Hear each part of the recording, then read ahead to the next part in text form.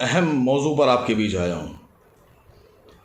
India गठबंधन ने एक फैसला लिया है कि इंडिया गठबंधन की जो पार्टीज़ हैं वो अपने प्रवक्ताओं को आज से टीवी चैनल्स की डिबेट में नहीं भेजेंगी।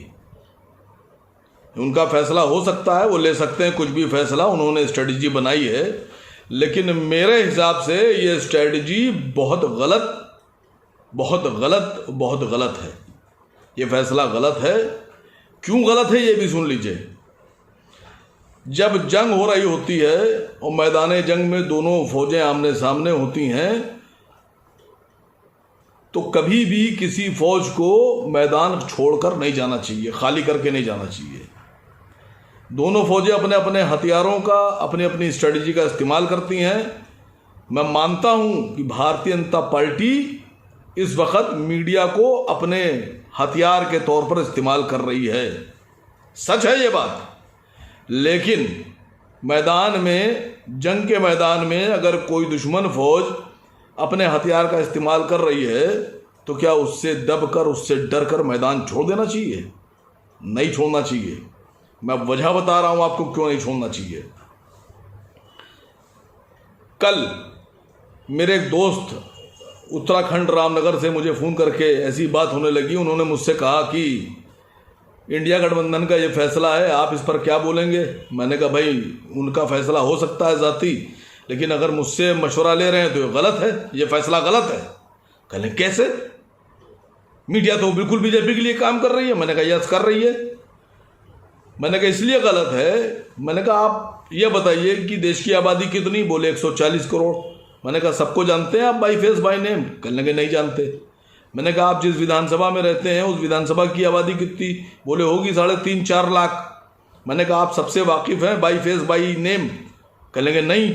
मैंने कहा अगर कल को मीडिया में, डिबेट में किसी व्यक्ति को, चाहे वो mister Khan, mister Siddiqui, mister Sheikh, mister Ansari, mister Shukla, mister Pathak, mister Verma, mister Mishra, mister कोई भी ला के बिठा दिया और कहा ये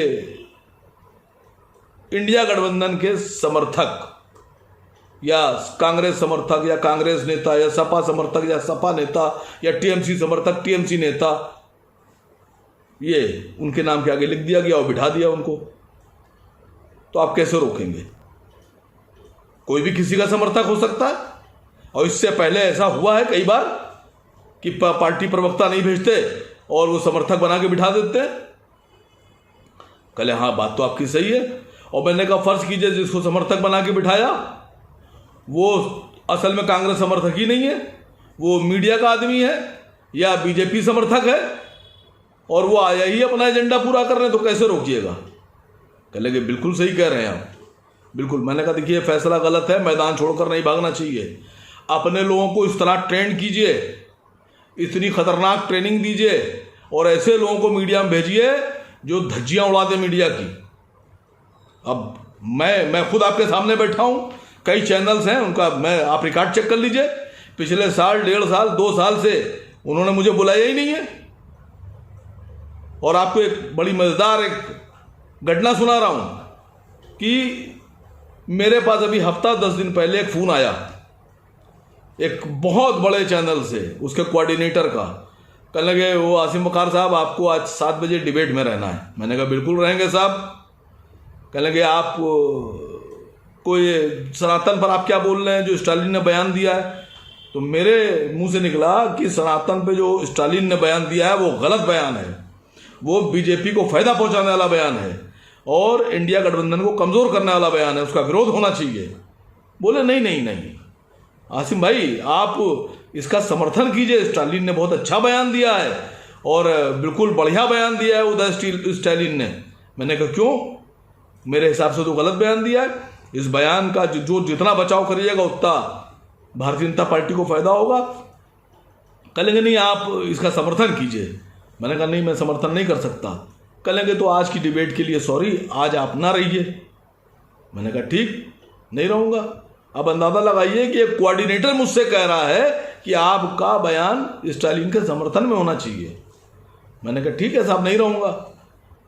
10 मिनट के बाद मैंने ये सोचा कि मैं इससे थोड़ा सा इनके साथ प्रैंक किया जाए। तो मैंने उसको फिर फ़ोन किया कोऑर्डिनेटर को।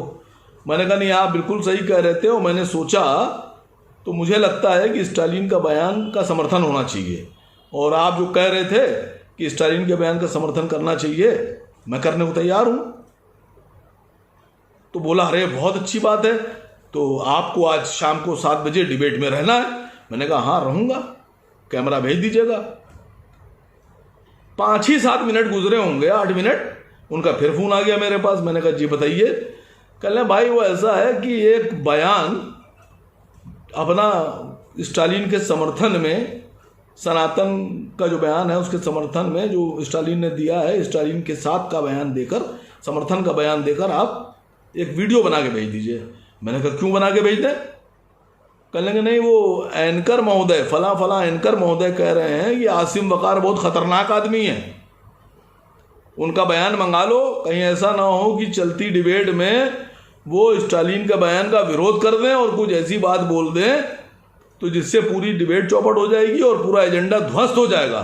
इसलिए आसिम वकार का बयान पहले मंगा लो समर्थन वाला, और डिबेट से पहले उनका बयान चला दिया जाएगा और उसके बाद उनको डिबेट में रखेंगे। मैंने कहा हो तुम उस्ताद बहुत होशियार और ख़तरनाक लोग, बहुत ख़तरनाक लोग हो तुम। तो उन्होंने मुझे नहीं बुलाया, और मैं आपको इसलिए समझा रहा हूँ कि उनके अपने एजेंडे हैं, उन एजेंडों का मुकाबला कीजिए।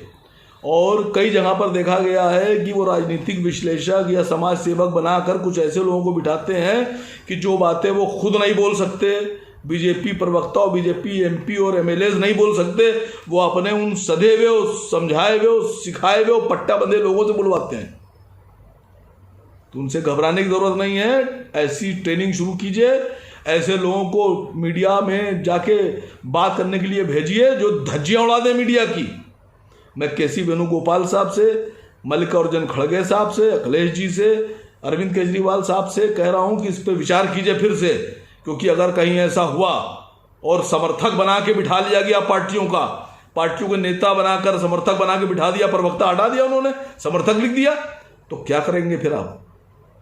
फिर तो और मामला खतरनाक हो जाएगा। अभी तो कम से कम अपने लोग ऐसे हैं जो आपकी पार्टी का पक्ष रखेंगे, और फिर तो रोज नए नए लोग आएंगे। 140 करोड़ लोग हैं देश में, नए नए लोग आएंगे। कहाँ तक आप एफआईआर कराते फिरेंगे और कहाँ तक आप विरोध करते फिरेंगे और कहाँ आप क्या करते फिरेंगे, क्योंकि सरकारें भी उन्हीं की हैं।